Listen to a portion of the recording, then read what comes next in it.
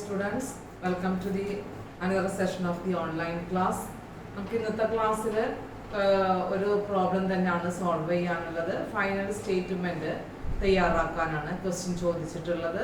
അതായത് SOPL statement of profit and loss account, SOFP statement of financial position, ഇത് രണ്ടുമാണ് final statement of companies എന്ന് പറഞ്ഞു കഴിഞ്ഞാൽ. അത് തയ്യാറാക്കുന്ന ഒരു ക്വസ്റ്റ്യൻ ആണ് നമുക്ക് ഇന്നത്തെ ക്ലാസ്സിൽ ഡിസ്കസ് ചെയ്യാനുള്ളത്. അപ്പോൾ അതിൽ ഒരു ട്രയൽ ബാലൻസ് എന്ന് പറയുന്നത് തന്നിട്ടുണ്ട്. അതിൽ തന്നിട്ടുള്ള ഇൻഫർമേഷൻ കൂടാതെ അഡീഷണൽ ആയിട്ട് വരുന്ന ചില ഇൻഫർമേഷൻസുകളുണ്ട്. അപ്പോൾ ആ ഇൻഫർമേഷൻസുകളും ഡിസ്കസ് ചെയ്തതിന് ശേഷം നമുക്ക് പ്രോബ്ലത്തിലേക്ക് ഇതെങ്ങനെയാണ് സോൾവ് ചെയ്യാന്നുള്ളത് നോക്കാം. കഴിഞ്ഞ ക്ലാസ്സുകളിൽ നമ്മൾ ഇതുപോലുള്ള 2 ക്വസ്റ്റ്യൻസുകൾ ആൻസർ ചെയ്തിരുന്നു. അപ്പോൾ വ്യത്യസ്തങ്ങളായിട്ടുള്ള അഡ്ജസ്റ്റ്മെന്റ്സുകളായിരിക്കും ഓരോ ക്വസ്റ്റ്യനിലും കടന്നു വരുന്നത്. കഴിഞ്ഞ ക്ലാസ്സിൽ നമ്മൾ അഡ്ജസ്റ്റ്മെന്റിൽ ഉൾപ്പെടാത്തതാണ് ഈ ഒരു ക്വസ്റ്റ്യനിൽ വന്നിട്ടുള്ള അഡ്ജസ്റ്റ്മെന്റ്സുകൾ. നമ്മളൊരു 15ഓളം അഡ്ജസ്റ്റ്മെന്റ് ഇതിന്റെ തൊട്ട് മുമ്പായിട്ട് പറഞ്ഞിരുന്നതാണ്. അപ്പൊ അതിൽ ഉൾക്കൊള്ളുന്ന എല്ലാ അഡ്ജസ്റ്റ്മെന്റുകളും ഓരോ ക്വസ്റ്റ്യൻസുകളിലും കടന്നു വരും. അപ്പൊ അതൊക്കെ എങ്ങനെയാണ് ട്രീറ്റ് ചെയ്യുക എന്നുള്ളതും പ്രോബ്ലം അത് സോൾവ് ചെയ്യാനായിട്ട് എങ്ങനെ പറ്റും എന്നുള്ളതാണ് നമ്മൾ ശ്രദ്ധിക്കേണ്ടത്. അപ്പൊ അതിൽ റിലേറ്റഡ് ആയിട്ടുള്ള ഒരു ക്വസ്റ്റ്യൻ ആണ് ഇല്ലസ്ട്രേഷൻ 8 പേജ് നമ്പർ 244 പറയുന്ന ക്വസ്റ്റ്യൻ. അപ്പൊ ഞാൻ അതിൽ ക്വസ്റ്റ്യൻ വായിക്കാം. ക്വസ്റ്റ്യനിൽ പറയുന്ന ഐറ്റംസുകൾ ഏതാണ്, ഏതൊക്കെ അക്കൗണ്ടുകളിലേക്കാണ് നമ്മൾ എഴുതേണ്ടത്, SOPL ആണോ SOFP ആണോ എന്നുള്ളത് നോക്കാം. ഓക്കെ, അപ്പൊ ക്വസ്റ്റ്യനിലേക്ക് നോക്കുമ്പോൾ നമുക്ക് തന്നിട്ടുള്ളത് ഒരു ലെഡ്ജർ അക്കൗണ്ട് ബാലൻസ് ആണ്. ഡെബിറ്റ് ബാലൻസ് തന്നിട്ടുണ്ട്, ക്രെഡിറ്റ് ബാലൻസും തന്നിട്ടുണ്ട്. അതിൽ ഡെബിറ്റ് ബാലൻസിൽ വന്നിട്ടുള്ള ഐറ്റംസ് എന്ന് പറഞ്ഞു കഴിഞ്ഞാൽ പ്ലാന്റ് ആണ് 7 lakh. അപ്പോൾ പ്ലാന്റ് എന്ന് പറഞ്ഞു കഴിഞ്ഞാൽ നമുക്കറിയാം നോൺ കറണ്ട് ആയിട്ടുള്ള അസറ്റ് ആണ്, അതായത് ഫിക്സഡ് അസറ്റ് ആണ്, SOFP വരുന്ന ഐറ്റം ആണ്. Next one land and building ആണ്. Land and building also included in the NCA, that is the non-current asset. It is included in SOFP. Stock opening stock ആണ്, SOPL ആണ് നമ്മളത് എടുക്കേണ്ടത്. അതിനെ change in ഇൻവെന്ററിയിലാണ് അതിനെ ഉൾപ്പെടുത്തേണ്ടത്. Then purchases, it is also included in the profit and loss account, that is the SOPL. Carriage എന്ന് പറയുന്ന ഒരു item നമുക്ക് പുതിയതായിട്ട് വന്നിട്ടുള്ളതാണ്, SOPL എടുക്കുന്ന ഐറ്റം ആണ്. അതർ എക്സ്പെൻസസിലാണ് ഈ കാരേജിനെ ഉൾപ്പെടുത്തേണ്ടത്. ദെൻ എസ്റ്റാബ്ലിഷ്മെന്റും നമുക്കൊരു പുതിയൊരു ഐറ്റം ആണ്, SOPL ആണ് എടുക്കേണ്ടത്. എംപ്ലോയി ബെനിഫിറ്റ് എക്സ്പെൻസിലാണ് എസ്റ്റാബ്ലിഷ്മെന്റ് എന്ന് പറയുന്ന ഐറ്റത്തിന് എടുക്കേണ്ടത്. ഇൻട്രസ്റ്റ് ഓൺ ലോൺ SOPL വരുന്ന ഐറ്റം ആണ്. ഫിനാൻസ് കോസ്റ്റിലാണ് അത് ഉൾപ്പെടുന്നത്. സെല്ലിംഗ് എക്സ്പെൻസും പുതിയതായിട്ട് വന്നിട്ടുള്ളതാണ്, അവരുടെ എക്സ്പെൻസ് ആണ്. നമുക്ക് SOPL അതർ എക്സ്പെൻസസിലാണ് എടുക്കേണ്ടത്. നെക്സ്റ്റ് പറയുന്നത് ഇന്ററിം ഡിവിഡൻഡ് ആണ്. ഇന്ററിം ഡിവിഡൻഡ് SOFP എടുക്കുന്നതാണ്. അതായത് നമുക്ക് SOFP സർപ്ലസിൽ നിന്നും ലെസ് ചെയ്യേണ്ടതായിട്ടുള്ള ഐറ്റം ആണ്. അതായത് SOFP നമുക്ക് റിസർവ്സ് ആൻഡ് ഇക്വിറ്റി ആൻഡ് ലാബിലിറ്റീസിൽ ഇക്വിറ്റി എഴുതി കഴിഞ്ഞാൽ അതർ ഇക്വിറ്റി എന്ന് പറയുന്ന ഒരു ഐറ്റം ഉണ്ട്. അതർ ഇക്വിറ്റിയിലാണ് റിസർവ്സ് ആൻഡ് സർപ്ലസ് ഉൾപ്പെടുത്താറ്. ആ സർപ്ലസിൽ നിന്നാണ് ഇന്ററിം ഡിവിഡൻഡിനെ ലെസ് ചെയ്യേണ്ടത്. ഡിസ്കൗണ്ട് അലൗഡ് അതർ എക്സ്പെൻസിൽ വരുന്നതാണ്, SOPL എടുക്കണം. ക്യാഷ് ഇൻ ഹാൻഡ് SOFP വരുന്നതാണ്, കറണ്ട് അസറ്റ് ആണ്. Debtors it is also current asset, it is included in the SOFP. ഇനി ക്രെഡിറ്റ് സൈഡിൽ വരുന്ന ഐറ്റംസ് എന്ന് പറഞ്ഞു കഴിഞ്ഞാൽ ഇക്വിറ്റി ഷെയർ ക്യാപിറ്റൽ ആണ്, അത് ഇക്വിറ്റീസിലാണ് എടുക്കുന്നത്. SOFP ലാബിലിറ്റി സൈഡിൽ വരും. ജനറൽ റിസർവും ലാബിലിറ്റി സൈഡിൽ വരുന്നതാണ്. റിസർവ്സ് എന്ന് പറയുന്ന ഐറ്റത്തിലാണ്. ഇക്വിറ്റിക്ക് ശേഷം അതർ ഇക്വിറ്റീസ് എന്ന് പറയുന്ന ഐറ്റം ഉണ്ട്, അതിൽ റിസർവ്സ് എന്ന് പറയുന്ന ഇതിലാണ് ജനറൽ റിസർവ് ഉൾപ്പെടുത്തേണ്ടത്. ഡിവിഡൻഡ് ഈക്വലൈസേഷൻ ഫണ്ട് അതും റിസർവ് ആയിട്ട് കീപ്പ് ചെയ്യുന്നതാണ്. ഒരു ഫണ്ട് ഈക്വലൈസേഷൻ ഡിവിഡൻഡ് കൊടുക്കുന്നതിന് ഈക്വൽ ആയിട്ട് വരുന്ന ഫണ്ട് മെയിൻറ്റെയിൻ ചെയ്യുന്നതാണ്, റിസർവ് ആയി കീപ്പ് ചെയ്യുന്നതാണ്, റിസർവ്സുകളിലാണ് ഉൾപ്പെടുത്തേണ്ടത്. സൺട്രി ക്രെഡിറ്റേഴ്സ് എന്ന് പറയുന്നത് കറണ്ട് ലാബിലിറ്റി ആണ്. Bank overdraft current liability ആണ്. സെയിൽസ് എന്ന് പറഞ്ഞു കഴിഞ്ഞാൽ SOPL എടുക്കുന്ന ഐറ്റം ആണ്, അത് റവന്യൂ ഫ്രം ഓപ്പറേഷൻ ആയിട്ട് എടുക്കുന്നതാണ്. അനദർ വൺ ഡിസ്കൗണ്ട് റിസീവ്ഡ് എന്ന് പറയുന്നത് അതർ ഇൻകത്തിൽ വരുന്നതാണ്, SOPL വരും. പ്രൊവിഷൻ ഫോർ ഡൗട്ട്ഫുൾ ഡെബ്റ്റ്സ് ആണ്. ക്രെഡിറ്റ് ബാലൻസ് ആയിട്ട് തന്നുള്ളതാണ്. നമുക്ക് അതർ എക്സ്പെൻസസിലാണ് അതിനെ എടുക്കേണ്ടത്. അതർ എക്സ്പെൻസസ് എന്ന് പറയുമ്പോൾ നമുക്ക് ഇതിനെക്കുറിച്ചൊരു ഡീറ്റെയിൽസ് അഡീഷണൽ ഇൻഫർമേഷനിലും പറയുന്നുണ്ട്. അവിടെയും പ്രൊവിഷൻ ഫോർ ഡൗട്ട്ഫുൾ ഡെബ്റ്റ്സ് പറയുന്നുണ്ട്. അതൊരു ന്യൂ പ്രൊവിഷൻ ആണ്. നമുക്ക് ട്രയൽ ബാലൻസിൽ തരുന്നത് ഓൾഡ് പ്രൊവിഷൻ ആയിരിക്കും. അപ്പൊ ന്യൂ പ്രൊവിഷനിൽ നിന്ന് ഈ പറയുന്ന 3000 എന്ന് പറയുന്ന provision for doubtful debts other എക്സ്പെൻസസിൽ ലെസ് ചെയ്യേണ്ടതായിട്ട് വരും. Next secured loan. Secured loan എന്ന് പറഞ്ഞു കഴിഞ്ഞാൽ ലോൺസിൽ വരുന്നതാണ്. അതായത് SOFPയിലാണ് അതിനെ ഉൾപ്പെടുത്തേണ്ടത്. Then profit and loss account. കഴിഞ്ഞ വർഷത്തെ പ്രീവിയസ് ഇയർ പ്രോഫിറ്റ് ആണ് 42,000. SOFPയിൽ സർപ്ലസ് എന്ന് പറയുന്നിടത്താണ് നമ്മൾ ഈ പറയുന്ന പ്രോഫിറ്റിനെ ഉൾപ്പെടുത്തേണ്ടത്. അപ്പൊ നമുക്ക് ഇത്രയും ഐറ്റംസുകളാണ് ട്രയൽ ബാലൻസിൽ തന്നിട്ടുള്ളത്. ഇനി നമുക്ക് നോക്കാം അഡീഷണൽ ആയിട്ട് വരുന്ന ഇൻഫർമേഷൻസുകൾ. അഡീഷണൽ ഇൻഫർമേഷൻസുകളിൽ നമുക്കൊരു 6 ഐറ്റം തന്നിട്ടുണ്ട്. ആ 6 ഐറ്റം എങ്ങനെയാണ് ട്രീറ്റ് ചെയ്യേണ്ടത് എന്നുള്ളത് നോക്കാം. ക്വസ്റ്റ്യൻ വായിച്ച് നോക്കുമ്പോൾ നമുക്ക് ക്ലിയർ ആവും. 6 ഐറ്റം നമുക്ക് സെപ്പറേറ്റ് ആയിട്ട് തന്നിട്ടുള്ളതാണ്. ഞാൻ ഇവിടെ അത് എഴുതുന്നുണ്ട് എങ്ങനെയൊക്കെയാണ് അതിനെ ട്രീറ്റ് ചെയ്യേണ്ടത് എന്നുള്ളത്. അപ്പൊ നോക്കുക. ഫസ്റ്റ് വൺ പറയുന്നത് provision for doubtful debts to be kept at 5% on sundry debtors ആണ്. അതായത് സൺട്രി ഡെപ്റ്റേഴ്സിന്റെ മുകളിൽ 5% പ്രൊവിഷൻ മെയിൻറ്റെയിൻ ചെയ്യണം എന്നുള്ളതാണ് പറയുന്നത്. അപ്പൊ നമ്മൾ ഈ ഒരു ഐറ്റത്തിന് എങ്ങനെയാണ് ട്രീറ്റ് ചെയ്യുക എന്നുള്ളതാണ് നോക്കേണ്ടത്. അപ്പൊ നമുക്ക് ഫസ്റ്റ് വൺ അഡീഷണൽ ഇൻഫർമേഷനിൽ എ എന്ന് പറയുന്ന ഐറ്റത്തിന് പ്രൊവിഷൻ ഫോർ ഡൗട്ട്ഫുൾ ഡെബ്റ്റ്സ് ആണ്. Provision for doubtful debts. നമുക്ക് അതെങ്ങനെയാ ട്രീറ്റ് ചെയ്യാന്നുള്ളത് നോക്കാം. നമുക്ക് SOPL അതർ എക്സ്പെൻസസ് എന്ന് പറയുന്ന ഒരു ഐറ്റത്തില് എന്ത് ചെയ്യണം? ന്യൂ ആയിട്ടുള്ള ഈ പ്രൊവിഷൻ അല്ലെങ്കിൽ പ്രൊവിഷൻ ഫോർ ഡൗട്ട്ഫുൾ ഡെബ്റ്റ്, ന്യൂ പ്രൊവിഷൻ ഫോർ ഡൗട്ട്ഫുൾ ഡെബ്റ്റിനെ കാണിക്കണം. അതേസമയം നമുക്ക് ട്രയൽ ബാലൻസിലും ഇതുപോലുള്ള പ്രൊവിഷൻ ഫോർ ഡൗട്ട്ഫുൾ ഡെബ്റ്റ് തന്നിട്ടുണ്ട്. അത് ഓൾഡ് പ്രൊവിഷൻ ആയിട്ടാണ് നമ്മൾ എടുക്കുന്നത്. ആ ഓൾഡ് പ്രൊവിഷൻ ഇവിടെ എന്ത് ചെയ്യണം? ലെസ് ചെയ്തതായിട്ട് കാണിക്കണം. ഇതാണ് നമ്മൾ SOPL കാണിക്കേണ്ടത്. അതേസമയം SOFPയിൽ നമ്മൾ ഇതിനെ എങ്ങനെ ട്രീറ്റ് ചെയ്യാന്ന് ചോദിച്ചു കഴിഞ്ഞാല് സൺട്രി ഡെപ്റ്റേഴ്സ് ഉണ്ടായിരിക്കും. ടോട്ടൽ സൺട്രി ഡെപ്റ്റേഴ്സ് എന്ന് പറയുന്ന എമൗണ്ട് നമുക്ക് സൺട്രി ഡെപ്റ്റേഴ്സ് എന്ന് പറയുന്നത് തന്നിട്ടുള്ളത് 80,000 ആണ്. 80,000 ആണ്. അതിൽ നിന്നും ഈ പറയുന്ന പ്രൊവിഷൻ എന്ത് ചെയ്യണം?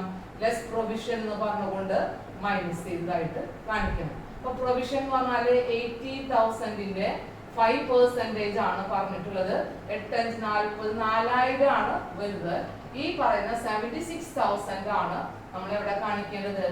SOFPയിൽ കാണിക്കേണ്ടത്. ഇങ്ങനെയാണ് ഇതിനെ ട്രീറ്റ് ചെയ്യേണ്ടത്. നമ്പർ 2 എന്ന് പറഞ്ഞു കഴിഞ്ഞാൽ ബി ആണ്. Transfer ₹25,000 to general reserve.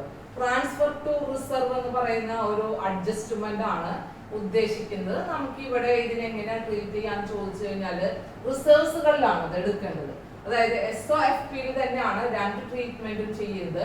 അതായത് ജനറൽ റിസർവിനോട് കൂടെ ഈ പറയുന്ന ട്രാൻസ്ഫർ റിസർവ് എന്ത് ചെയ്യണം?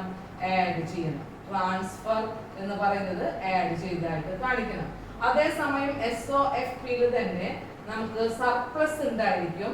ആ സർപ്ലസ് എമൗണ്ടിൽ നിന്ന് അതിനെന്ത് ചെയ്യണം? ഈ പറയുന്ന ട്രാൻസ്ഫർ ടു റിസർവ് എന്ന് പറഞ്ഞു കഴിഞ്ഞാൽ ലെസ് ചെയ്തതായിട്ട് കാണിക്കണം. ഇതാണ് നമുക്ക് ഇവിടെ ട്രാൻസ്ഫർ ടു റിസർവിൽ ചെയ്യാനുള്ളത്. 25,000 rupees ജനറൽ റിസർവിനോട് കൂടെ ആഡ് ചെയ്യണം. 25,000 rupees ആണ് ട്രാൻസ്ഫർ ചെയ്യാനായിട്ട് പറഞ്ഞത്. അത് സർപ്ലസിൽ നിന്ന് ലെസ് ചെയ്തതായിട്ട് കാണിക്കണം. ഇതാണ് സെക്കൻഡ് ഐറ്റം ട്രീറ്റ് ചെയ്യേണ്ടത്. തേർഡ് വൺ പറയുന്നത് directors propose A dividend of 10% on equity shares including interim dividend. നമുക്ക് ഇന്ററിം ഡിവിഡൻഡ് ഉൾപ്പെടെ ഡിവിഡൻഡ് കൊടുക്കാനായിട്ട് ഡയറക്ടേഴ്സ് പ്രൊപ്പോസ് ചെയ്തിട്ടുണ്ട്. 10% ആണ്. അതായത് സി എന്ന് പറയുന്ന ഒരു ഐറ്റം ഉദ്ദേശിക്കുന്നത് പ്രൊപ്പോസ്ഡ് ഡിവിഡൻഡിനെ കുറിച്ചാണ്. Proposed dividend.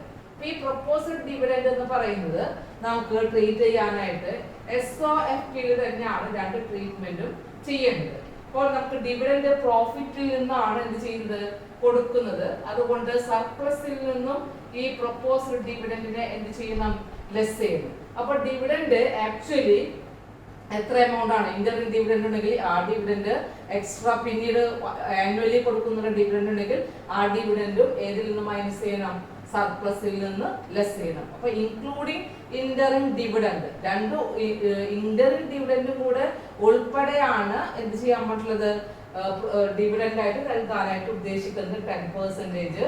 അപ്പൊ ആ 10% എന്ത് ചെയ്തിരിക്കണം, സർപ്ലസിൽ നിന്ന് ലെസ് ചെയ്യണം. അപ്പൊ നമ്മൾ സർപ്ലസ് കാണണം, അതായത് ഈ വർഷത്തെ പ്രോഫിറ്റ് എത്രയാന്നുള്ളത് നമുക്ക് SOPL തയ്യാറാക്കി കഴിഞ്ഞാൽ കിട്ടും. ആ പ്രോഫിറ്റിന്റെ മുകളിലാണ് 10% ഡിവിഡൻഡ് എന്ത് ചെയ്യരുത്, കാൽക്കുലേറ്റ് ചെയ്യരുത്. 10% ആണ് ഡിവിഡൻഡ്.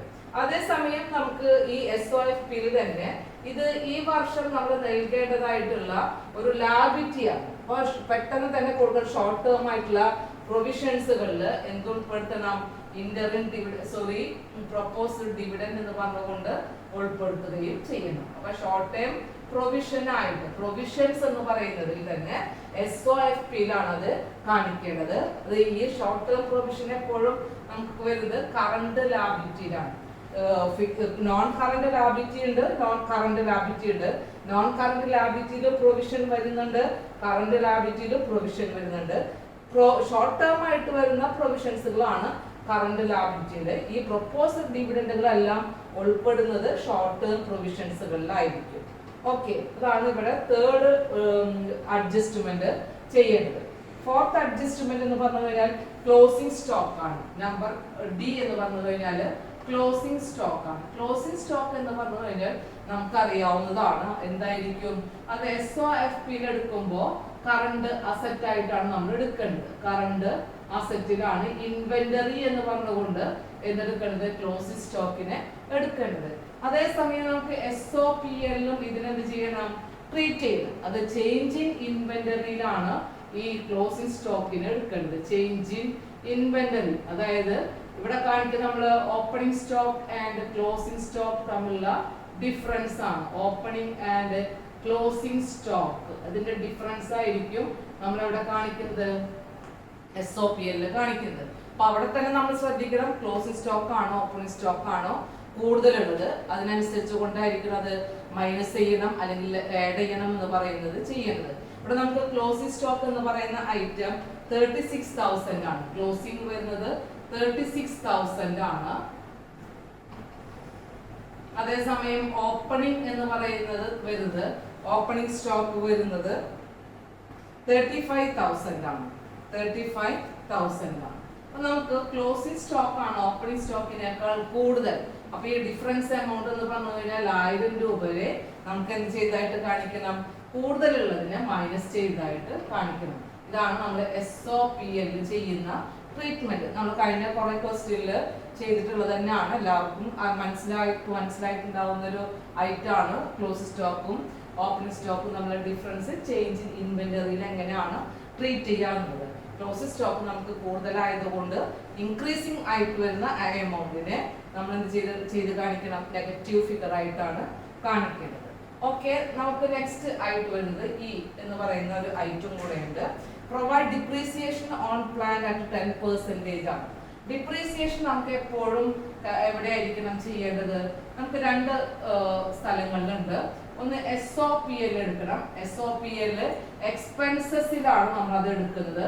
എക്സ്പെൻസസിൽ തന്നെ ഡിപ്രീസിയേഷൻ എക്സ്പെൻസസ് എന്ന് പറയുന്ന ഒരു എക്സ്പെൻസ് ഉണ്ട്. ഡിപ്രീസിയേഷൻ ആൻഡ് എമോർട്ടൈസേഷൻ എക്സ്പെൻസ്, അവിടെയാണ് ഡിപ്രീസിയേഷൻ ഓൺ പ്ലാന്റ് എന്ന് പറഞ്ഞുകൊണ്ട് എടുക്കേണ്ടത്. പ്ലാന്റിന്റെ മുകളിലാണ് നമ്മൾ ഡിപ്രീസിയേഷൻ പറഞ്ഞിട്ടുള്ളത്. അപ്പൊ 10% പ്ലാന്റിന്റെ മുകളിൽ ഡിപ്രീസിയേഷൻ അവിടെ കാണിക്കണം. അതേസമയം SOFP നമുക്ക് ഈ പറയുന്ന പ്ലാന്റ് എല്ലാം എന്തിലാണ് വരുന്നത്, നോൺ കറണ്ട് അസറ്റിലായിരിക്കും വരിക. നോൺ കറണ്ട് അസറ്റിലാണ്. അപ്പൊ ആ കറണ്ട് അസറ്റിൽ നിന്നും ഇതിനെന്ത് ചെയ്യണം, ഡിപ്രീസിയേഷന് ലെസ് ചെയ്തായിട്ട് കാണിക്കണം.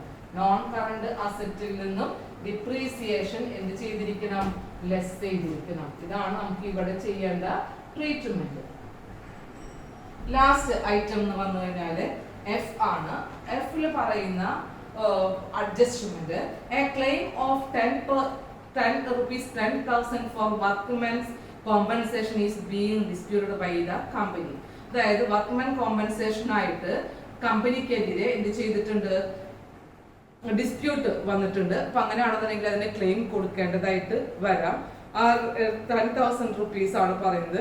അങ്ങനെയുള്ള ക്ലെയിംസുകളൊക്കെ വന്നു കഴിഞ്ഞാൽ നമുക്ക് ഈ പറയുന്ന SOPLോ SOFPയിലോ നമുക്ക് എടുക്കാനായിട്ട് കഴിയില്ല. അപ്പൊ അതിനെല്ലാം കോണ്ടിജന്റ് ലാബിലിറ്റി ആയിട്ടാണ്. ഡിസ്പ്യൂട്ട് വന്നു കഴിഞ്ഞാൽ അതിനൊരു ഡിസിഷൻ ഉണ്ടായിരിക്കും. ആ ഒരു ഓർഡർ വരുമ്പോഴായിരിക്കും ഈ ലാബിലിറ്റി മീറ്റ് ചെയ്യേണ്ടതായിട്ട് വരും. അപ്പൊ അങ്ങനെയുള്ള കേസുകളിൽ നമുക്ക് എന്ത് ചെയ്യാം, ഈ വർക്ക്മെൻ കോമ്പൻസേഷൻ എന്ന് പറയുന്നത്, വർക്ക്മെൻ കോമ്പൻസേഷൻ നമുക്ക് എപ്പോഴും ഇത്തരത്തിലുള്ള ക്ലെയിംസ് കമ്മിറ്റ്മെന്റ്സുകള് അതൊക്കെ എടുക്കേണ്ടതായിട്ട് വരുന്നത് കോണ്ടിജന്റ് ലാബിലിറ്റി ആയിട്ടാണ്. കോണ്ടിജന്റ് ലാബിലിറ്റി. ഈ കോണ്ടിജന്റ് ലാബിലിറ്റി എന്ന് പറഞ്ഞു കഴിഞ്ഞാൽ നമുക്ക് ഈ ബാലൻസ് ഷീറ്റില് അല്ലെങ്കിൽ SOFPയില് അങ്ങനെ ആയിട്ട് എടുക്കാനായിട്ട് പറ്റില്ല. കറണ്ട് ലാബിലിറ്റിയോ നോൺ കറണ്ട് ലാബിലിറ്റിയാണ്.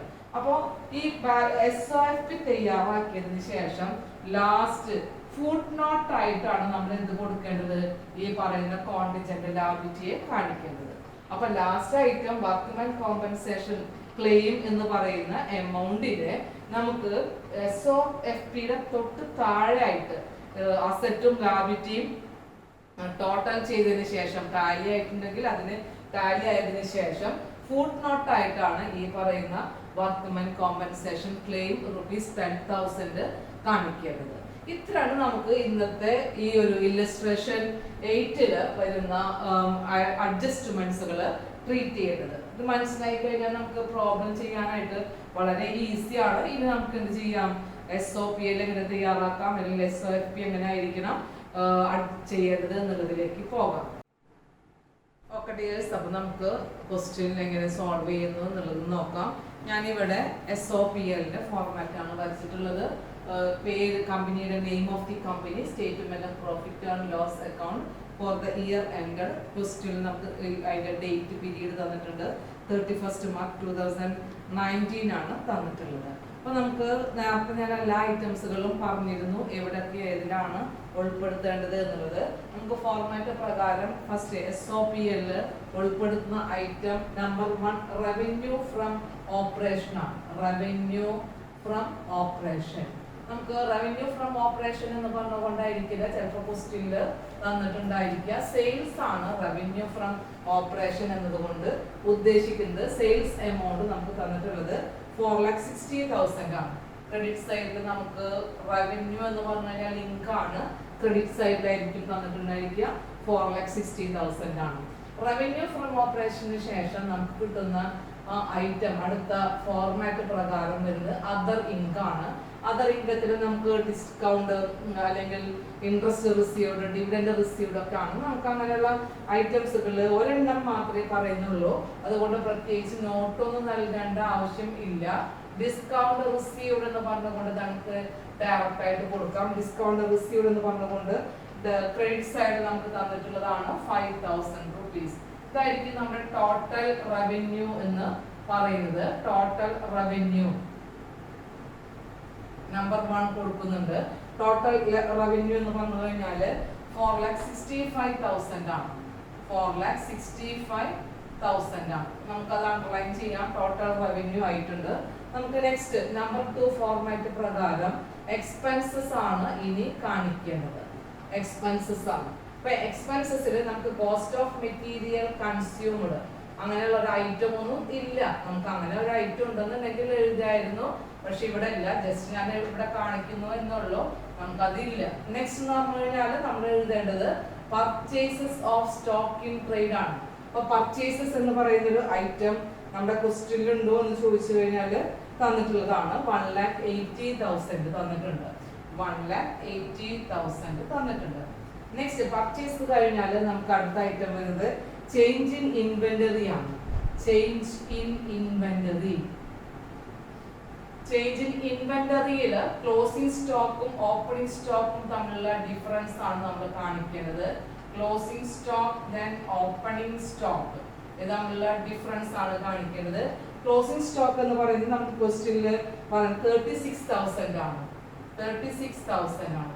ഓപ്പണിംഗ് സ്റ്റോക്ക് നമുക്ക് എപ്പോഴും കാണുന്നത് ട്രയൽ ബാലൻസിലായിരിക്കും. ഡെബിറ്റ് സൈഡിൽ 35,000 ആണ്. നമുക്ക് ഇവിടെ 1,000 ആണ് ഇതിന്റെ ഡിഫറൻസ് വരുന്നത്. പക്ഷെ ഡിഫറൻസ് കാണിക്കുമ്പോൾ അത് നമുക്ക് ഈ എക്സ്പെൻസിനോട് കൂടെ ആഡ് ചെയ്യണോ അല്ലെങ്കിൽ ലെസ് ചെയ്യണോ എന്ന് തീരുമാനിക്കണം. നമുക്ക് ഇവിടെ 36,000 എന്ന് പറയുന്നത് ക്ലോസിംഗ് സ്റ്റോക്ക് ആണ് കൂടുതൽ വരുന്നത് അല്ലെ. ക്ലോസിംഗ് സ്റ്റോക്ക് ആണ് ഓപ്പണിംഗ് സ്റ്റോക്കിനേക്കാൾ കൂടുതൽ വരുന്നെങ്കിൽ ആ ഇൻക്രീസ് ചെയ്യുന്ന എമൗണ്ടിനെ നമ്മൾ എന്തായിട്ട് കാണിക്കണം? ലെസ് ചെയ്തതായിട്ടാണ് കാണിക്കേണ്ടത്. അപ്പോൾ ലെസ് ചെയ്തതായിട്ട് കാണിക്കാനായിട്ട് നമ്മൾ അതിനെ ബ്രാക്കറ്റിൽ കൊടുക്കുകയാണ് ചെയ്യുന്നത്. ആ റൂൾ നമ്മൾ മുൻപേ പഠിച്ചു വെച്ചിട്ടുള്ളതാണ്.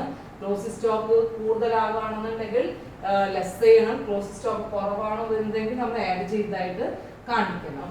ഓക്കെ, ചേഞ്ച് ഇൻ ഇൻവെന്ററി കഴിഞ്ഞാൽ നെക്സ്റ്റ് നമുക്ക് എഴുതാനുള്ള ഐറ്റം എംപ്ലോയി ബെനിഫിറ്റ് എക്സ്പെൻസസുകളാണ്. എംപ്ലോയി ബെനിഫിറ്റ് എക്സ്പെൻസസ് അങ്ങനെയുള്ള ഐറ്റംസ് ഒക്കെ നമ്മുടെ ക്വസ്റ്റ്യൻ ഉണ്ടോ എന്നുള്ളത് നോക്കാം. വേജസ്, സാലറീസ്, ഇൻഷുറൻസ്, പെൻഷൻ അങ്ങനെയുള്ളതൊക്കെയാണ്. പക്ഷെ നമുക്ക് പതിവിൽ നിന്ന് വിപരീതമായിട്ട് നമുക്ക് പുതിയൊരു ഐറ്റം തന്നുള്ളത് എസ്റ്റാബ്ലിഷ്മെന്റ്സ് എന്നാണ് പറഞ്ഞിട്ടുള്ളത്. എസ്റ്റാബ്ലിഷ്മെന്റ്സുകൾ എന്ന് പറയുന്ന എക്സ്പെൻസുകളും എംപ്ലോയി റിലേറ്റഡ് ആണ്. നമ്മളിവിടെ എംപ്ലോയി ബെനിഫിറ്റ് എക്സ്പെൻസിലാണ് എടുക്കേണ്ടത്. എമൗണ്ട് തന്നിട്ടുള്ളത് 93,000 ആണ്. 93,000 ആണ്. എംപ്ലോയി ബെനിഫിറ്റ് എക്സ്പെൻസ് കഴിഞ്ഞാൽ നെക്സ്റ്റ് എന്ന് കഴിഞ്ഞാൽ ഫിനാൻസ് കോസ്റ്റ് ആണ് നമ്മൾ എഴുതേണ്ടത്. ഫിനാൻസ് കോസ്റ്റ് എന്ന് പറഞ്ഞാൽ interest on loan, interest on debenture, interest on borrowings അതൊക്കെയാണ് നമ്മൾ കൊടുക്കേണ്ടത്. നമ്മുടെ ക്വസ്റ്റ്യനിൽ നമുക്ക് ഇൻട്രസ്റ്റ് ഓൺ ലോൺ എന്ന് പറഞ്ഞുകൊണ്ട് ഒരു ഡെബിറ്റ് സൈഡിൽ ഒരു ഐറ്റം തന്നിട്ടുണ്ട് 10,000.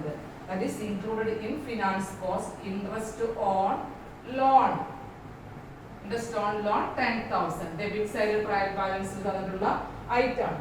ഫിനാൻസ് കോസ്റ്റ് കഴിഞ്ഞാൽ നെക്സ്റ്റ് നമുക്ക് എഴുതാനുള്ളത് ഡിപ്രീസിയേഷൻ ആണ്. Depreciation and amortisation expense.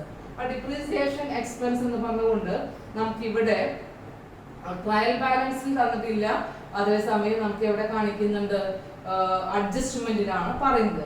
Additional ഇൻഫർമേഷനിലാണ് പറഞ്ഞിട്ടുള്ളത്. അപ്പൊ നമ്മൾ അവിടെ പഠിച്ചതാണ്. അഡീഷണൽ ഇൻഫർമേഷനിൽ ഈ ഒരു എമൗണ്ടിനെ കാണിക്കണം. ഡിപ്രീസിയേഷൻ ഓൺ പ്ലാന്റ് എന്ന് പറയുമ്പോൾ നമുക്ക് വരുന്ന എമൗണ്ട് എത്രയായിരിക്കും? പ്ലാന്റിന് വരുന്ന 10% ആണ് ഡിപ്രീസിയേഷൻ പറയുന്നത്. 10% പെർ ആനം ആണ്. അപ്പോൾ 70,000ന്റെ 10% ആണ്. 70 അല്ല, 7 lakhsന്റെ 10% ആണ്. അപ്പോൾ 7 lakhsന്റെ 10% കാൽക്കുലേറ്റ് ചെയ്യുമ്പോൾ 10/100 കാൽക്കുലേറ്റ് ചെയ്യുമ്പോൾ 70,000 rupees ആണ് ഡിപ്രീസിയേഷൻ ആയിട്ട് വരുന്നത്. നമുക്ക് ഇവിടെ ഡിപ്രീസിയേഷൻ 70,000 എന്ന് കാണിക്കാം. ഓക്കെ, ഇതാണ് ഡിപ്രീസിയേഷൻ. നെക്സ്റ്റ് എന്ന് പറഞ്ഞു കഴിഞ്ഞാൽ അതർ എക്സ്പെൻസസ് ആണ്. അതർ എക്സ്പെൻസസുകളിൽ നമുക്ക് വരുന്ന ഐറ്റംസുകൾ 2-3 ഐറ്റംസുകൾ ഉള്ളത് കൊണ്ട് നമുക്ക് നേരത്തെ പറഞ്ഞതാണ് carriage, selling expense, discount allowed ഇങ്ങനെ പറയുന്ന എക്സ്പെൻസുകളെല്ലാം അതർ എക്സ്പെൻസുകളിലാണ് വരിക. അപ്പൊ നമുക്കത് നോട്ടായിട്ടാണ് കൊടുക്കേണ്ടത്. അതിന്റെ ടോട്ടൽ മാത്രമേ ഇവിടെ കാണിക്കേണ്ടതുള്ളൂ. അപ്പൊ നോട്ട് നമ്പർ 1 എന്ന് പറഞ്ഞുകൊണ്ട് നമുക്ക് അതർ എക്സ്പെൻസസുകളെ ഇവിടെ എഴുതി കാണിക്കാം. Other expenses. അപ്പൊ അതർ എക്സ്പെൻസുകളിൽ വരുന്നത് ഒരെണ്ണം കാരേജ് ആണ്, മറ്റൊരെണ്ണം വരുന്നത് സെല്ലിംഗ് എക്സ്പെൻസ് ആണ്. Selling expenses. മറ്റൊരെണ്ണം വരുന്നത് ഡിസ്കൗണ്ട് അലൗഡ് ആണ്. Discount allowed. അപ്പൊ കാരേജ് എമൗണ്ട് വരുന്നത് നോക്കാം. കാരേജ് എമൗണ്ട് വരുന്നത് 3,500 ആണ്. 3,500. നെക്സ്റ്റ് വരുന്നത് സെല്ലിംഗ് എക്സ്പെൻസ് എന്ന് പറഞ്ഞാൽ 12,500. ഡിസ്കൗണ്ട് അലൗഡ് വരുന്നത് 3,000 ആണ്.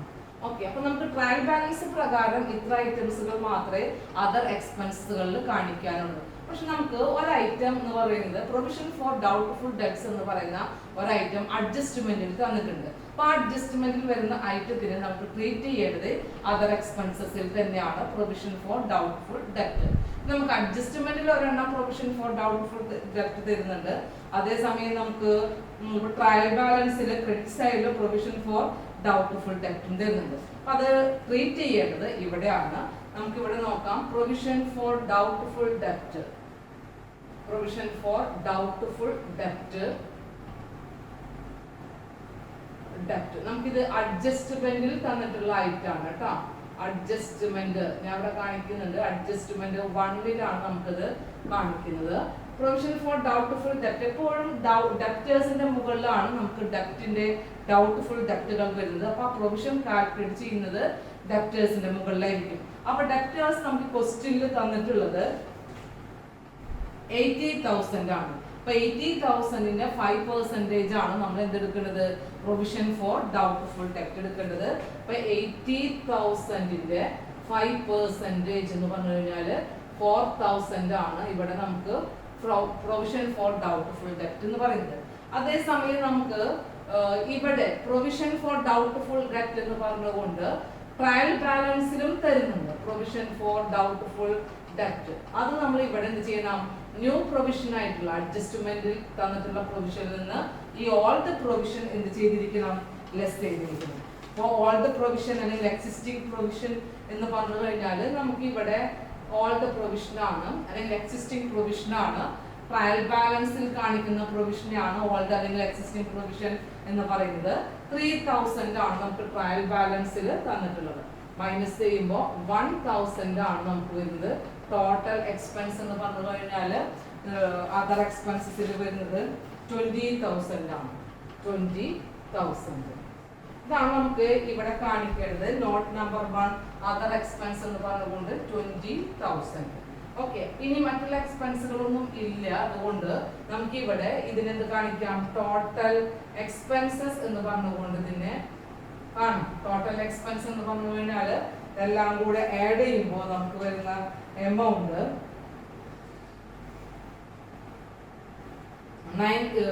ടോട്ടൽ എക്സ്പെൻസ് 3,72,000 ആണ്. 3,72,000 ആണ് ടോട്ടൽ എക്സ്പെൻസ് വരുന്നത്. നമുക്ക് ഇനി നെക്സ്റ്റ് ലാസ്റ്റ് തേർഡ് വൺ എന്ന് പറഞ്ഞു കഴിഞ്ഞാൽ പ്രോഫിറ്റ് ആയിരിക്കും വരുന്നത്. പ്രോഫിറ്റ് എന്ന് പറഞ്ഞു കഴിഞ്ഞാൽ before exceptional item and extra ordinary item and tax ആണ്. നമുക്ക് എക്സെപ്ഷണൽ ഐറ്റമോ അല്ലെങ്കിൽ എക്സ്ട്രാ ഓർഡിനറി ഐറ്റംസുകളൊന്നും ഇല്ലാത്തത് കൊണ്ട് ബിഫോർ ടാക്സ് ആയിട്ട് വരുന്നതാണ് നമുക്ക് ഇവിടെ വരുന്നത്. ബിഫോർ ടാക്സ് അതായത് നമുക്ക് വരുന്ന പ്രോഫിറ്റ് എന്ന് പറഞ്ഞു കഴിഞ്ഞാൽ ടോട്ടൽ റവന്യൂവിൽ നിന്ന് ടോട്ടൽ എക്സ്പെൻസ് മൈനസ് ചെയ്യുമ്പോൾ കിട്ടുന്ന പ്രോഫിറ്റിനെയാണ് നമ്മൾ ഇവിടുത്തെ പ്രോഫിറ്റ് ബിഫോർ ടാക്സ് എന്നതുകൊണ്ട് ഉദ്ദേശിക്കുന്നത്. 4,65,000 നിന്ന് 3,72,000 മൈനസ് ചെയ്യുമ്പോൾ നമുക്ക് കിട്ടുന്നത് 93,000 ആണ്. 93,000 ആണ്. അപ്പൊ ഈ 93,000 ബിഫോർ ടാക്സ് ആയിട്ടുള്ള പ്രോഫിറ്റ് ആണ്. നമുക്ക് ഇനി ടാക്സ് എക്സ്പെൻസുകൾ ഉണ്ടെന്നുണ്ടെങ്കിൽ ലെസ് ചെയ്യണം. നമ്മുടെ ക്വസ്റ്റ്യനിൽ ടാക്സ് എക്സ്പെൻസ് ഇല്ല.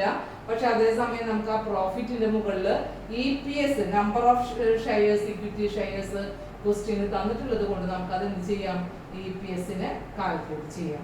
ഓക്കെ, ഇതാണ് ഇവിടെ നമ്മൾ ചെയ്യേണ്ട അടുത്ത ട്രീറ്റ്മെന്റ്. അപ്പൊ ഞാനിവിടെ പ്രോഫിറ്റ് ബിഫോർ ടാക്സ് എന്ന് പറയുന്നത് വീണ്ടും ഒന്ന് എടുത്ത് എഴുതിയെന്നുള്ളൂ. 93,000.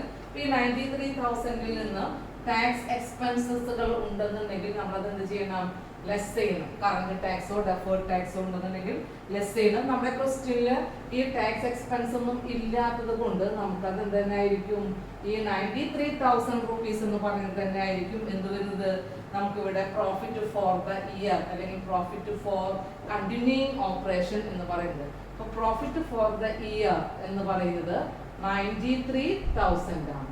ഇതാണ് നമ്മുടെ 93,000 പ്രോഫിറ്റ് ഫോർ ദ ഇയർ ആയിട്ടുള്ളത്. ഇനി നമുക്ക് ഇവിടെ ഫോർമാറ്റ് പ്രകാരം നമുക്കൊരു item exceptional item, extra ordinary item അല്ലെങ്കിൽ ഡിസ്കണ്ടിന്യൂയിങ് ഓപ്പറേഷൻ ഐറ്റംസുകളുടെ പ്രോഫിറ്റ് അല്ലെങ്കിൽ ലോസ് ഇതൊക്കെ ഉണ്ടെന്നുണ്ടെങ്കിൽ നമ്മൾ ഇവിടെ എന്ത് ചെയ്യേണ്ടതാണ്, അഡ്ജസ്റ്റ് ചെയ്യേണ്ടതാണ്. നമ്മുടെ ക്വസ്റ്റ്യനിൽ അങ്ങനെയുള്ള ഐറ്റംസുകളൊന്നും ഇല്ലാത്തത് കൊണ്ട് നമുക്ക് നേരിട്ടിട്ട് എന്ത് ചെയ്യാം, ഏർണിംഗ് പെർ ഷെയർ കാൽക്കുലേറ്റ് ചെയ്യാം. ഏർണിംഗ് പെർ ഷെയർ, ഇവിടെ ഏർണിംഗ് പെർ ഷെയർ കാൽക്കുലേറ്റ് ചെയ്യാനുള്ള കാരണം നമ്മുടെ ക്വസ്റ്റ്യനിൽ നമ്പർ ഓഫ് ഇക്വിറ്റി ഷെയർസ് തന്നിട്ടുണ്ട്. ക്വസ്റ്റ്യനിലെ equity share capital number of shares തന്നിട്ടുള്ളത് കൊണ്ട് നമുക്ക് എന്ത് ചെയ്യാം, EPS കാൽക്കുലേറ്റ് ചെയ്യാം. അപ്പൊ ഇവിടെ EPS കാൽക്കുലേറ്റ് ചെയ്യാനുള്ള ഫോർമുല നമുക്ക് അറിയുന്നതാണ്. എന്താണ്, EPS equal to net profit available to equity shareholders divided by number of equity shares. ഇതാണ് നമുക്ക് എന്ത് കാണാനുള്ള ഫോർമുല, EPS കാണാനുള്ള formula. net profit available to equity shareholders divided by number of equity shares. നമുക്ക് net profit എന്ന് പറഞ്ഞു കഴിഞ്ഞാൽ 93,000 ആണ്. ഈ ടോട്ടൽ പ്രോഫിറ്റ് എന്ന് പറഞ്ഞു കഴിഞ്ഞാൽ ഈ പ്രോഫിറ്റ് ആയിരിക്കും ഇക്വിറ്റി ഷെയർ ഹോൾഡേഴ്സിനെല്ലാം കിട്ടുന്ന പ്രോഫിറ്റ് എന്ന് പറയുന്നത്. നമ്പർ ഓഫ് ഇക്വിറ്റി ഷെയർസ് എന്ന് പറഞ്ഞു കഴിഞ്ഞാൽ ക്വസ്റ്റ്യനിൽ തന്നിട്ടുണ്ട് 50,000 ഷെയർസ് എന്നാണ് പറഞ്ഞിട്ടുള്ളത്. അതുകൊണ്ട് നമുക്ക് അതിന്റെ EPS കാൽക്കുലേറ്റ് ചെയ്യുമ്പോൾ 1.86 ആണ് EPS എന്നതുകൊണ്ട് EPS ആയിട്ട് നമുക്ക് വരുന്നത്. ഇത്രയാണ് നമ്മുടെ ക്വസ്റ്റ്യൻ. ഈ SOPL കാൽക്കുലേറ്റ് ചെയ്യാനുള്ള കാര്യങ്ങൾ ഇത്രയേ ഉള്ളൂ. നമ്മൾ ടോട്ടൽ റവന്യൂ കാൽക്കുലേറ്റ് ചെയ്യണം, revenue from operation, then other income എടുത്തു കഴിഞ്ഞാൽ ടോട്ടൽ റവന്യൂ കിട്ടും. അതിനോട് കൂടെ എക്സ്പെൻസ് എന്ന് പറയുന്നതും കാൽക്കുലേറ്റ് ചെയ്യണം. എക്സ്പെൻസിലെ cost of material consumed, then purchases of stock in trade, change in inventory, employee benefit expense, finance cost, depreciation, other expense. ഇതെല്ലാം ടോട്ടൽ വരുന്ന എക്സ്പെൻസ് ആണ് 3,72,000. ഈ ക്വസ്റ്റ്യനിൽ ഫോർമാറ്റ് പ്രകാരമുള്ള കുറെ ഐറ്റംസുകളൊന്നും ഇല്ലാത്തതുകൊണ്ട് നമുക്ക് കുറച്ചും കൂടെ എളുപ്പമാണ്. ടാക്സ് എക്സ്പെൻസ് ഉണ്ടെന്നുണ്ടെങ്കിൽ അത് മൈനസ് ചെയ്യണം. ടാക്സ് എക്സ്പെൻസ് നമ്മുടെ ഈ ക്വസ്റ്റ്യനിൽ പറയുന്നില്ല, അതുകൊണ്ട് ടാക്സ് എക്സ്പെൻസ് ഇല്ലാണ്. അപ്പോൾ ആക്ച്വലി പ്രോഫിറ്റ് ബിഫോർ ടാക്സ് തന്നെ ആയിരിക്കും പ്രോഫിറ്റ് ആഫ്റ്റർ ടാക്സ് എന്ന് പറയുന്നത്. ഈ പ്രോഫിറ്റ് ഫോർ ദ ഇയർ എന്ന് പറഞ്ഞു കഴിഞ്ഞാൽ പ്രോഫിറ്റ് തന്നെയാണ് ആഫ്റ്റർ ടാക്സ് ആയിട്ട് വരുന്ന പ്രോഫിറ്റും. അപ്പോൾ നമുക്ക് ആ പ്രോഫിറ്റിൽ നിന്ന് നമുക്ക് ഏർണിംഗ് പെർ ഷെയർ കാൽക്കുലേറ്റ് ചെയ്യാം. കാരണം 50,000 ഷെയർസ് നമ്മുടെ ക്വസ്റ്റ്യനിൽ തന്നിട്ടുണ്ട്. ഫോർമുല പ്രകാരം net profit divided by number of equity shares എടുത്തു കഴിഞ്ഞാൽ നമുക്ക് ഇടുന്ന 1.86 ആണ് ഈ ക്വസ്റ്റ്യനിലെ EPS എന്ന് പറയുന്നത്. ഇനി നമുക്ക് എന്ത് ചെയ്യണം? SOPL ശേഷം SOFP എങ്ങനെയാണ് കാൽക്കുലേറ്റ് ചെയ്യേണ്ടത് എന്നുള്ളത് അല്ലെങ്കിൽ തയ്യാറാക്കുക എന്നുള്ളത് നോക്കാം. ഓക്കെ ഡിയേഴ്സ്, നമുക്ക് ഇനി ചെയ്യേണ്ടത് SOFP അല്ലെങ്കിൽ ബാലൻസ് ഷീറ്റ് ആണ്. നെയിം ഓഫ് കമ്പനി ആദ്യം എഴുതണം. Statement of financial position on balance sheet as at the text നമുക്ക് ക്വസ്റ്റ്യൻ തന്നിട്ടുള്ള ഇയർ പീരീഡ് ആണ് നമ്മൾ അവിടെ കാണിക്കേണ്ടത്. 31st March 2019. Particulars column, then not number, figures എഴുതാനുള്ള കോളം കൊടുക്കണം. നമുക്കറിയാം SOFPയിലെ ഫസ്റ്റ് ഐറ്റം എന്ന് പറയുന്നത് അസറ്റ് ആണ്. അസറ്റുകളിൽ തന്നെ നോൺ കറണ്ട് അസറ്റ് ആണ്. അപ്പോൾ നമുക്ക് നോൺ കറണ്ട് അസറ്റിൽ തന്നെ കുറേ അസറ്റുകൾ നമ്മൾ പഠിച്ചിട്ടുണ്ട്. Property, plant and equipment, finance asset, capital work in progress, investment property, intangible asset, intangible അസറ്റിൽ തന്നെ ഗുഡ് വിൽ കാണിക്കണം, ബയോളജിക്കൽ അസറ്റ്, അങ്ങനെ പറയുന്ന കുറേ അസറ്റുകൾ നമുക്ക് എഴുതേണ്ടതാണ്. അതായത് നമ്മുടെ ഫോർമാറ്റ് പ്രകാരമുള്ളതാണ്. നമ്മുടെ ക്വസ്റ്റ്യനിൽ പറയുന്നത് നോൺ കറണ്ട് അസറ്റുകളിൽ ഫസ്റ്റ് വൺ എന്ന് പറയുന്നത് കാണിക്കുന്നത് plant property, plant and equipment. Plant, property and equipment. നമ്മുടെ ക്വസ്റ്റ്യനിൽ ഇതിനെ കുറിച്ചിട്ട് പറയുന്നത് നമുക്കൊരു പ്ലാന്റ് എന്ന് പറയുന്നത് ഒരു ഐറ്റം ഉണ്ട്. അതുപോലെ തന്നെ ലാൻഡ് ആൻഡ് ബിൽഡിംഗ് എന്ന് പറയുന്ന ഒരു ഐറ്റം തന്നിട്ടുണ്ട്. Land and building and plant ആണ് തന്നിട്ടുള്ളത്. അപ്പൊ അതിന്റെ എല്ലാം കൂടെ ടോട്ടൽ എമൗണ്ട് ആണ് പ്രോപ്പർട്ടി, പ്ലാന്റ് ആൻഡ് എക്യുപ്മെന്റിൽ നമ്മൾ കാണിക്കേണ്ടത്. അപ്പൊ ഇവിടുത്തെ നോട്ടില് നമ്മളൊരു നോട്ട് SOPL കൊടുത്തിട്ടുണ്ട്.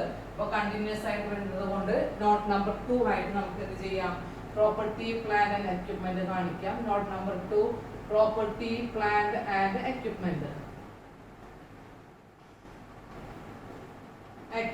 അതിൽ നമുക്ക് ഫസ്റ്റ് ഐറ്റം എന്ന് പറഞ്ഞു കഴിഞ്ഞാല് തന്നിട്ടുള്ളത് പ്ലാന്റ് ആണ്. പ്ലാന്റിൽ നമുക്ക് ഒരു ഡിപ്രീസിയേഷൻ ഉണ്ട്. അപ്പൊ ഡിപ്രീസിയേഷൻ എമൗണ്ട് ഇവിടെ മൈനസ് ചെയ്യണം.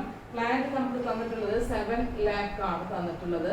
അതിന്റെ ഡിപ്രീസിയേഷൻ മൈനസ് ചെയ്യുമ്പോൾ ലെസ് ഡിപ്രീസിയേഷൻ 10% ആണ് ഡിപ്രീസിയേഷൻ, 70,000. ഓക്കെ, 6,30,000 ആയിരിക്കും അതിന്റെ നെറ്റ് എമൗണ്ട് വരുന്നത്, 6,90,000. ഇനി നമുക്ക് പ്ലാന്റ് കഴിഞ്ഞാൽ നെക്സ്റ്റ് വരുന്നത് ലാൻഡ് ആൻഡ് ബിൽഡിംഗ് ആണ്. അതിന് ഡിപ്രീസിയേഷൻ ഒന്നുമില്ല, നമുക്ക് നെറ്റ് എമൗണ്ട് തന്നെ ഇവിടെ കാണിക്കാം. ലാൻഡ് ആൻഡ് ബിൽഡിംഗിൽ വരുന്ന എമൗണ്ട് 4 lakhs ആണ്. അപ്പോൾ അസറ്റ് സൈഡിൽ അസറ്റിനെ കുറിച്ചുള്ള ഇൻഫർമേഷൻസുകളൊക്കെ നമുക്ക് ഡെബിറ്റ് ബാലൻസ് ആയിട്ടാണ് ട്രയൽ ബാലൻസിൽ തന്നിട്ടുള്ളത് 4 lakhs rupees ആണ് ലാൻഡ് ആൻഡ് ബിൽഡിനെ കുറിച്ച് പറയുന്നത്. ടോട്ടൽ 10,30,000 ആയിരിക്കും നമ്മുടെ ഈ പറയുന്ന പ്രോപ്പർട്ടി പ്ലാന്റ് ആൻഡ് എക്വിപ്മെന്റിൽ വരുന്നത്. നമുക്കിവിടെ കാണിക്കാം property plant and equipment 10,30,000. Okay, ഈ പ്ലാന്റ് ആൻഡ് എക്വിപ്മെന്റ് കഴിഞ്ഞാൽ നമുക്ക് കുറെ അസറ്റുകൾ, intangible asset, biological asset, investment property, capital work in progress, അങ്ങനെയുള്ള ഒരുപാട് ഐറ്റംസുകൾ ഉണ്ട്. നമ്മൾ അതൊന്നും ഇവിടെ നില്ലായിട്ട് കാണിക്കേണ്ട ആവശ്യമില്ല. ഒരു ഐറ്റം മാത്രമേ നമുക്ക് നോൺ കറണ്ട് അസറ്റിലുള്ളൂ. നെക്സ്റ്റ് ഐറ്റം എന്ന് പറഞ്ഞു കഴിഞ്ഞാൽ അത് എന്താണ്? കറണ്ട് അസറ്റ് ആണ്. ഞാൻ ഇവിടെ കറണ്ട് അസറ്റ് എന്ന് പറഞ്ഞുകൊണ്ട് വീണ്ടും എഴുതി. കറണ്ട് അസറ്റുകളിൽ നമുക്ക് കുറച്ച് ഐറ്റംസുകൾ തന്നിട്ടുണ്ട്, അതാണ് ഇവിടെ കാണിക്കുന്നത്. കറണ്ട് അസറ്റുകളിൽ ഫസ്റ്റ് വൺ എന്ന് പറയുന്നത് ഇൻവെന്ററി ആണ്. ഇൻവെന്ററീസ്, ഇൻവെന്ററീസിൽ നമുക്ക് ക്ലോസിംഗ് ബാലൻസ്, ക്ലോസിംഗ് സ്റ്റോക്ക് ആയിട്ടുള്ള ഇൻവെന്ററി ആണ് ഇവിടെ കാണിക്കേണ്ടത്. നമുക്ക് അഡ്ജസ്റ്റ്മെന്റിൽ തന്നിട്ടുണ്ട് 36,000 ആണ് ഇൻവെന്ററി ആയിട്ട് തന്നിട്ടുള്ളത്. നെക്സ്റ്റ് നമുക്ക് ഇൻവെന്ററി കഴിഞ്ഞാൽ ഫിനാൻഷ്യൽ ആയിട്ടുള്ള അസറ്റുകൾ എഴുതാം. ഫിനാൻഷ്യൽ അസറ്റ് എന്ന് പറഞ്ഞു കഴിഞ്ഞാൽ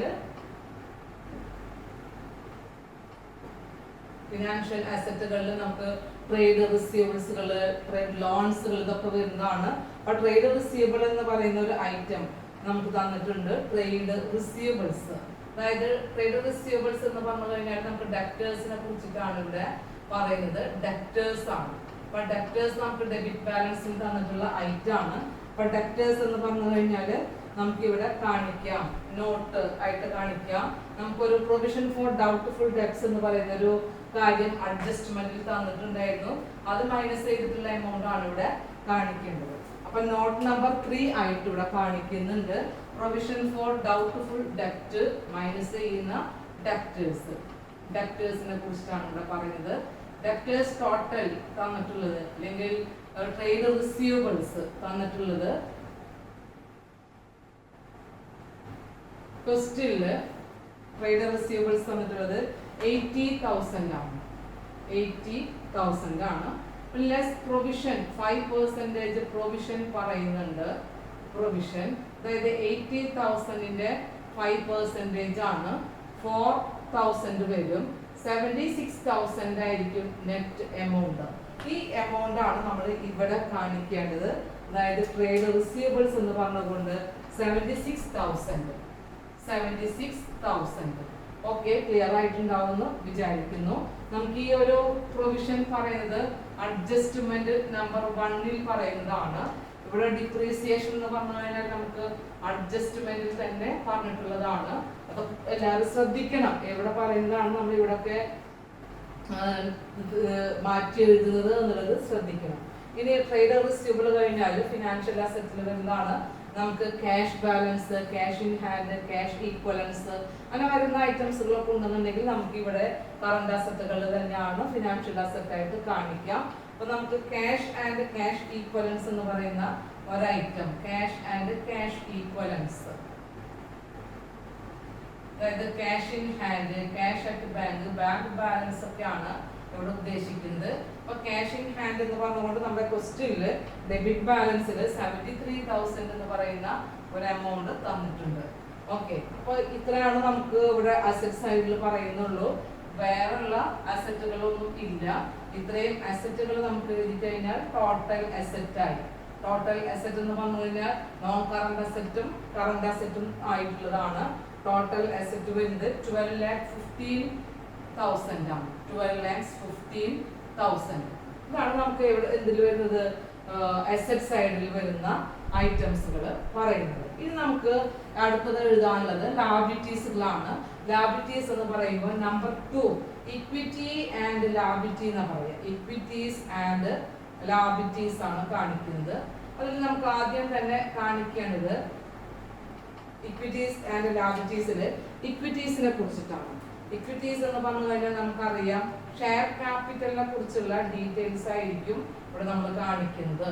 ഷെയർ ക്യാപിറ്റൽ, അപ്പൊ നമ്മുടെ ക്വസ്റ്റ്യനില് ഷെയർ ക്യാപിറ്റൽ എന്ന് പറയുന്ന ഐറ്റം തന്നിട്ടുള്ളത് ഓതറൈസ്ഡ് ക്യാപിറ്റൽ ഉണ്ടോ, ഇഷ്യൂഡ് ക്യാപിറ്റൽ ഉണ്ടോ, സബ്സ്ക്രൈബ്ഡ് ക്യാപിറ്റൽ ഉണ്ടോ, അതൊക്കെ ഉണ്ടെന്നുണ്ടെങ്കിൽ അതിനെക്കുറിച്ചുള്ളൊരു നോട്ട് തയ്യാറാക്കണം. ആ നോട്ട് പ്രകാരമാണ് നമ്മളിവിടെ കാണിക്കുന്നത് ഷെയർ ക്യാപിറ്റൽ കാണിക്കുന്നത്. അപ്പോൾ നമ്മുടെ ക്വസ്റ്റ്യനിൽ പറയുന്നത് ഇക്വിറ്റി ഷെയർ ക്യാപിറ്റൽ എന്ന് പറയുന്നത് 5,000 ഷെയർസ് ഓഫ് ₹10 ഈച്ച് ആണ്.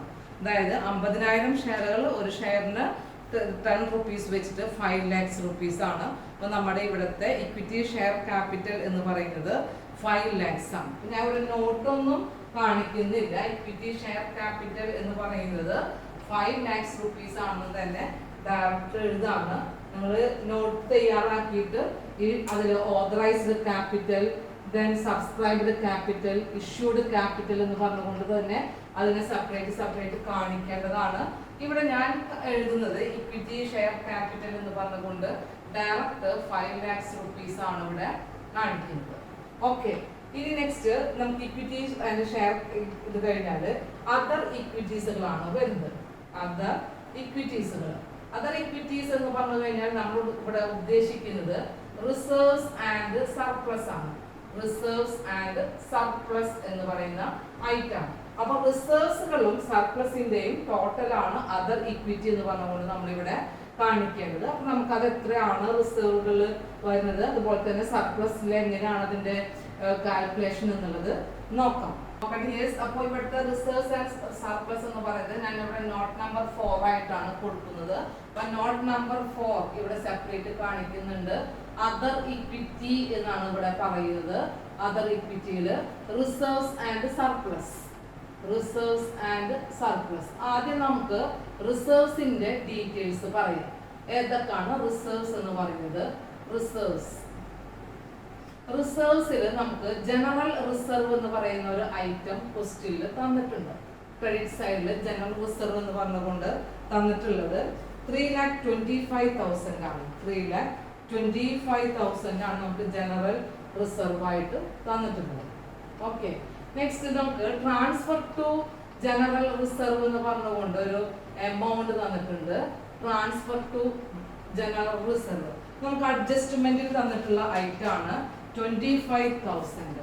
നമുക്ക് ഈ പറയുന്ന ഐറ്റം അഡ്ജസ്റ്റ്മെന്റ് 2 പറയുന്നതാണ് 25,000.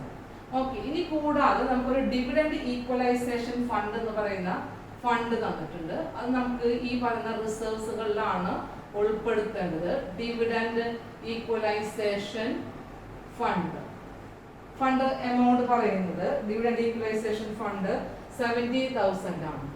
70,000. ടോട്ടൽ 4,20,000 ആണ് നമുക്ക് വരുന്ന എമൗണ്ട്. 4,70,000 ആണ് ടോട്ടൽ റിസർവ്സുകളായിട്ട് വരുന്നത്. ഓക്കെ, അപ്പൊ ഇനി നമുക്ക് എടുക്കാനുള്ളത്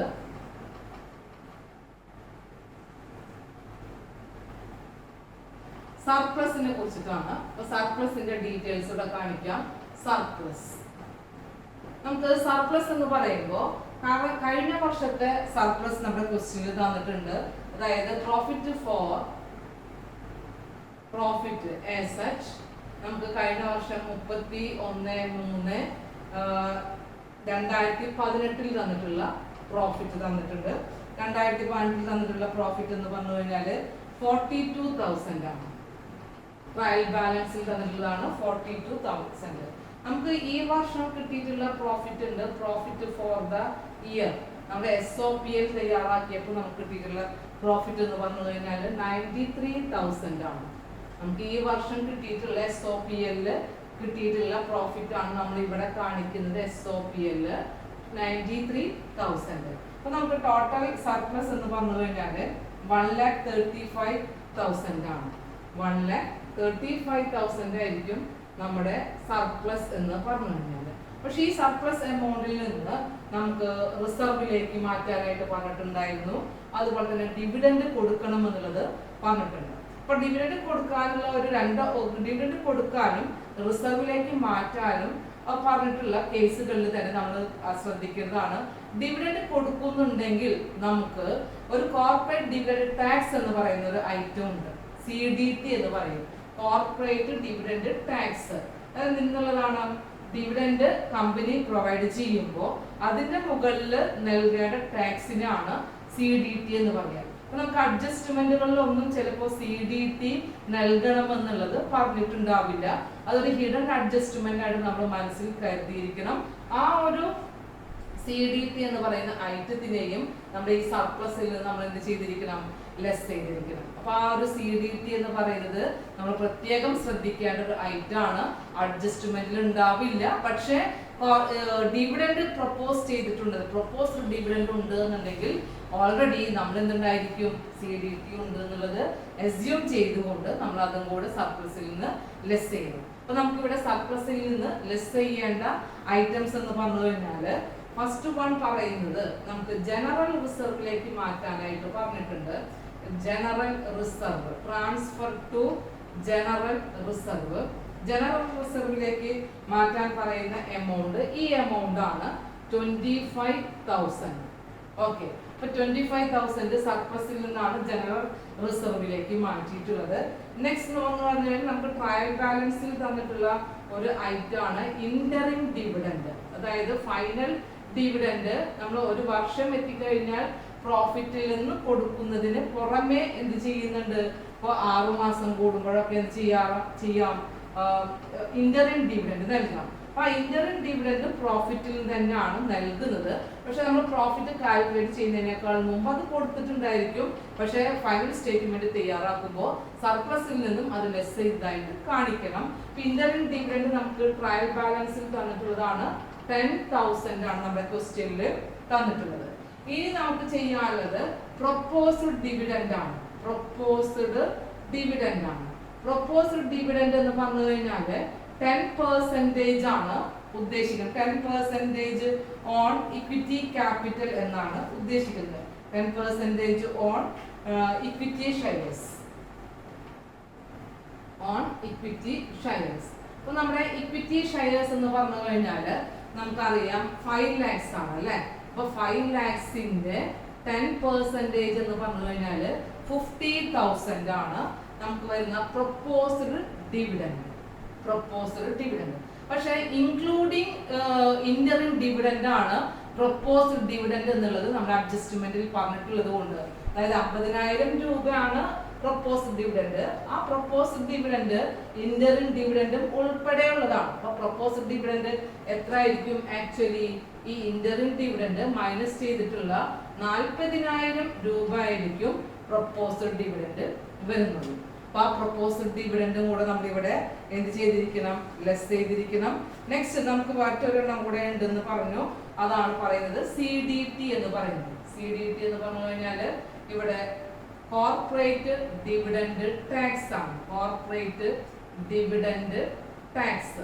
നമ്മൾ ഡിവിഡൻഡ് നൽകുന്നുണ്ടെങ്കിൽ അതിന്റെ മുകളിൽ കൊടുക്കേണ്ട ടാക്സിനാണ് കോർപ്പറേറ്റ് ഡിവിഡൻഡ് ടാക്സ് എന്ന് പറയുന്നത്. നമുക്ക് എപ്പോഴും കോർപ്പറേറ്റ് ഡിവിഡൻഡ് ടാക്സ് കൊടുക്കുന്നത് അതായത് ഡിവിഡൻഡിന്റെ മുകളിലാണ്. ഡിവിഡൻഡ് എത്രയാണ് കൊടുക്കുന്നത്, ടോട്ടൽ ഡിവിഡൻഡ് എന്ന് പറഞ്ഞു കഴിഞ്ഞാൽ 50,000 ആണ്. അപ്പൊ 20% ഓൺ 50,000, അതായത് 10,000 rupees ആയിരിക്കും നമ്മുടെ ഇവിടുത്തെ CDT എന്ന് പറയുന്നത്. ഇതെല്ലാം ആഡ് ചെയ്ത് കഴിഞ്ഞാൽ ഈ ടോട്ടൽ എമൗണ്ട് നമ്മൾ എന്ത് ചെയ്യണം, ഈ സർപ്ലസിൽ നിന്ന് ലെസ് ചെയ്യണം. അപ്പൊ നമുക്ക് ആഡ് ചെയ്യുമ്പോൾ കിട്ടുന്നത് 85,000 rupees ആണ്. 85,000 rupees. അപ്പൊ ഈ സർപ്ലസിൽ നിന്ന് ലെസ് ചെയ്യുമ്പോൾ നമുക്ക് വരുന്നത് 50,000 ആണ്. 50,000 ആണ്. അപ്പൊ നമ്മുടെ ഇവിടുത്തെ ടോട്ടൽ റിസർവ്സും സർപ്ലസും കൂടെ ആഡ് ചെയ്യുമ്പോൾ നമുക്ക് കിട്ടുന്നത് 4,70,000 ആയിരിക്കും നമ്മൾ എവിടെ കാണിക്കേണ്ടത്, SOFP കാണിക്കുന്നത്. അപ്പൊ ടോട്ടൽ റിസർവ്സ് ആൻഡ് സർപ്ലസ് എന്ന് പറഞ്ഞു കഴിഞ്ഞാൽ ടോട്ടൽ റിസർവ് വരുന്നത് 4,20,000. ഇത് 3,25,000 പ്ലസ് 25 3.5 ലക്ഷം പ്ലസ് 70,000 4,20,000. നേരത്തെ എഴുതിയപ്പോൾ ചെറിയ മിസ്റ്റേക്ക് ഉണ്ടായിരുന്നു, 4,20,000 ആണ്.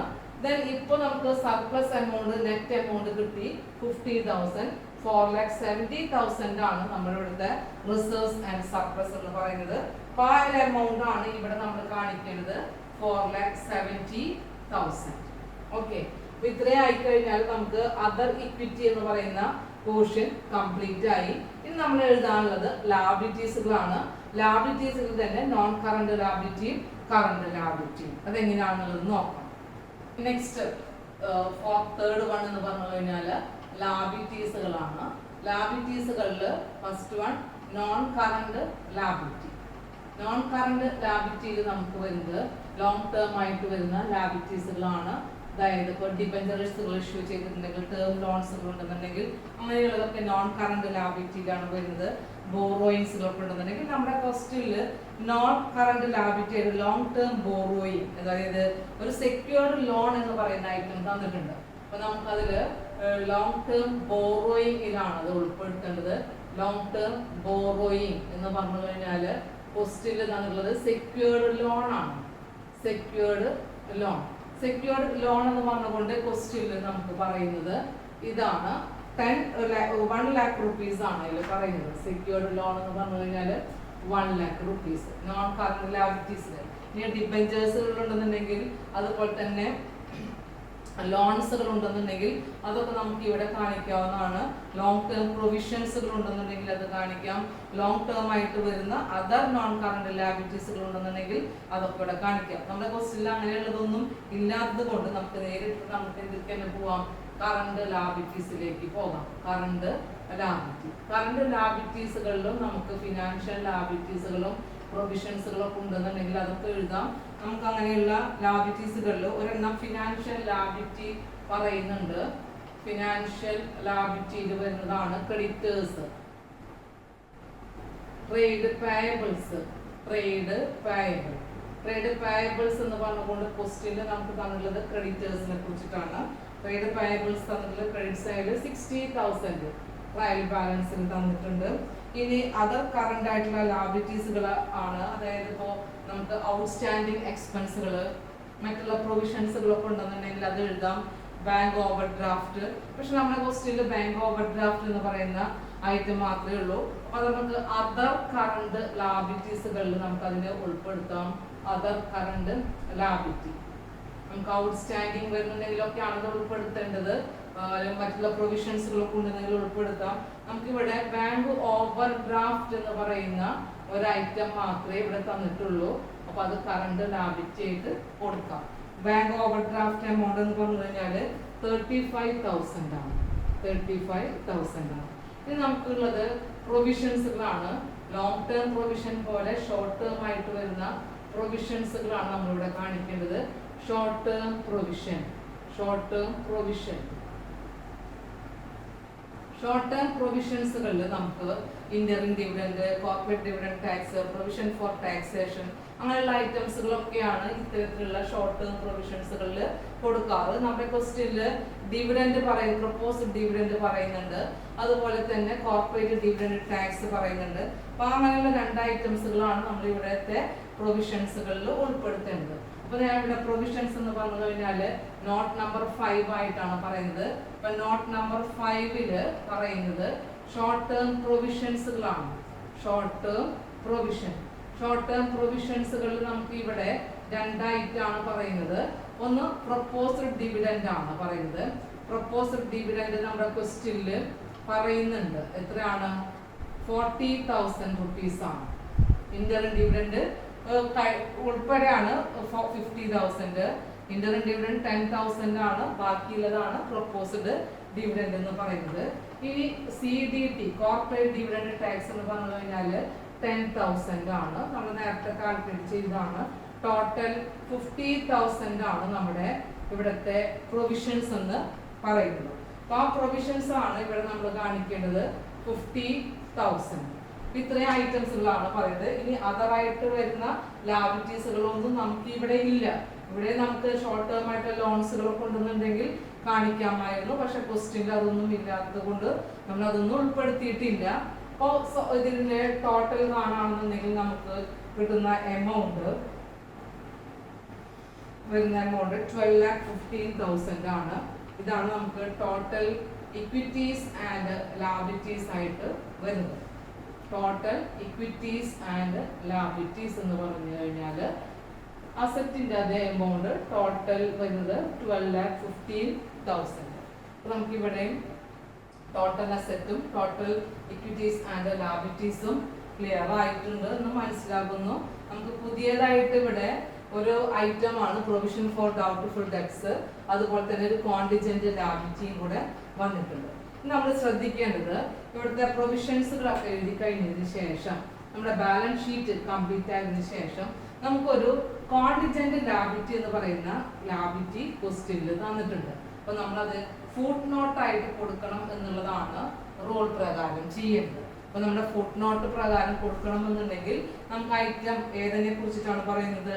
ക്ലെയിം ഫോർ വർക്ക്മെൻ കോമ്പൻസേഷൻ എന്ന് പറഞ്ഞുകൊണ്ടാണ് തന്നിട്ടുള്ളത്. ആ ₹10,000 നമ്മൾ എവിടെ കൊടുക്കണം? കോണ്ടിജന്റ് ലാബിലിറ്റി ആയിട്ട് കൊടുക്കണം. അപ്പൊ നോട്ട് എന്ന് പറഞ്ഞുകൊണ്ട് ഫുട് നോട്ടില് കോണ്ടിജന്റ് ലാബിലിറ്റി എന്ന് പറയുന്ന ഒരു ഐറ്റത്തിനെ കാണിച്ചിരിക്കണം. കോണ്ടിജന്റ് ലാബിലിറ്റി ആയിട്ട് പറയുന്നത് claim four workmen compensation. Amount question നമുക്ക് തന്നിട്ടുണ്ട് ₹10,000. അപ്പൊ നമ്മൾ അതും കൂടെ ഇവിടെ കോണ്ടിജന്റ് ലാബിലിറ്റി ആയിട്ട് താഴെ കാണിച്ചു കഴിഞ്ഞാൽ നമ്മുടെ ഇവിടുത്തെ ബാലൻസ് ഷീറ്റ് കംപ്ലീറ്റ് ആയി. ടോട്ടൽ അസറ്റ് ആയി, ടോട്ടൽ ലാബിലിറ്റി ആയി. കോണ്ടിജന്റ് ലാബിലിറ്റിയെ എന്തായിട്ട് കാണിച്ചു? ഫുട് നോട്ട് ആയിട്ടാണ് കാണിച്ചിട്ടുള്ളത്. അപ്പൊ ഈ ഇതും കൂടെ കഴിഞ്ഞാൽ നമ്മുടെ പ്രോബ്ലം കംപ്ലീറ്റ് ആയി. നിങ്ങൾക്ക് ഇതിൽ എന്തെങ്കിലും ഡൗട്ടുകൾ ഉണ്ടെന്നുണ്ടെങ്കിൽ ഇന്ററാക്ഷൻ ടൈമിൽ കുട്ടികൾ ചോദിക്കാനായിട്ട് ശ്രദ്ധിക്കുക. ഇത്രയും ആണ് ഇന്നത്തെ ക്ലാസ്സിൽ ഡിസ്കസ് ചെയ്യാനായിട്ട് ഉദ്ദേശിക്കുന്നുള്ളൂ. നമുക്ക് ഇനിയുള്ള ക്വസ്റ്റ്യൻസുകളിലൊക്കെ ഇതുപോലെയുള്ള അഡീഷണൽ ആയിട്ട് വരുന്ന ഇൻഫർമേഷൻസുകൾ, അതുപോലെ തന്നെ പുതിയതായിട്ടുള്ള അഡ്ജസ്റ്റ്മെന്റുകളൊക്കെ വരുന്നുണ്ട്. ഇന്നത്തെ ക്ലാസ് ഇവിടെ വെച്ച് നിർത്താണ്. Okay, thank you.